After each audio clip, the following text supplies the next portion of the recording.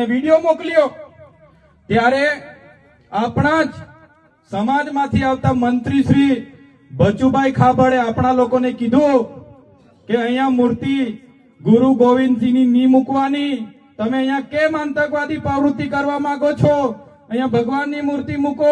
ત્યારે મંત્રીશ્રીને પણ અમે કહેવા માંગીએ છીએ, આ તમારું મનરેગા નથી, આ તમારું ગુજરાત પેટર્ન નથી કે તમારી એજન્સીઓ ફીટ કરીને કરોડોના ભ્રષ્ટાચાર ચલાવી લેવાય।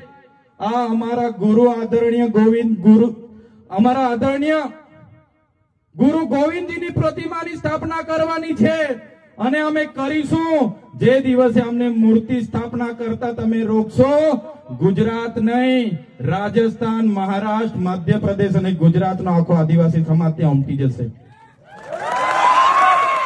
અમે મૂર્તિ પણ મૂકીશું અને તમને બે હાથ જોડતા પણ ત્યાં કરી દઈશું। એ તાકાત આદિવાસી સમાજમાં છે। સાથીઓ, આજે સંવિધાનની હાલત તમે જોઈ લો। દેશના ગૃહમંત્રી અમિત શાહ લોકસભાના સંસદમાં કહે કે આજે તો ફેશન થઈ ગઈ છે આંબેડકર આંબેડકર આંબેડકર કરવાની। એટલી વખત તમે ભગવાનનું નામ લેતા તો સાત જન્મનો સ્વર્ગ મળી જતો। આમની માનસિકતા તમે જોઈ લો। એ જ માનસિકતા મંત્રી લઈને આવ્યા છે। ત્યારે હું ત્યાંના આગેવાનોને આ મંચ પરથી સંદેશા આપું છું, આહવાન કરી દેજો, અમે બધા જ ક્રાંતિકારી યુવાનો વડીલો ત્યાં પહોંચવા માટે તૈયાર છે, અમે આવી જઈશું।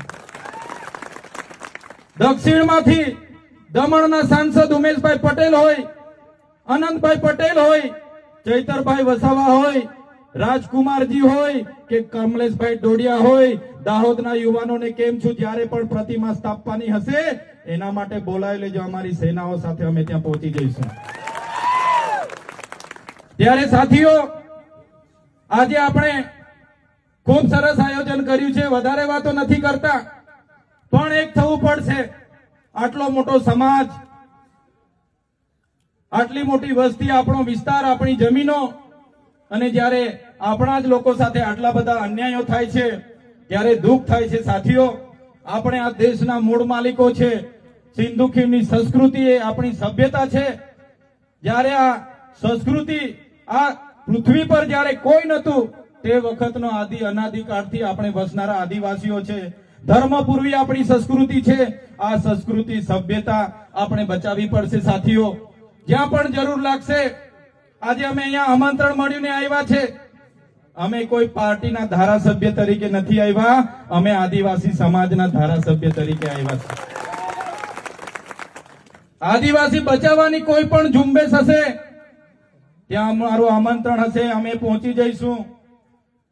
એ સંદેશા સાથે ઘણા સાથી મિત્રો, સાથી આગેવાનો, કોઈ પણ પક્ષ પાર્ટીના હોય પણ બધા જ અહીંયા ઉપસ્થિત થયેલા છે। ત્યારે ફરી એકવાર બધાનો આભાર માનું છું, આયોજન સમિતિનો પણ આભાર માનું છું।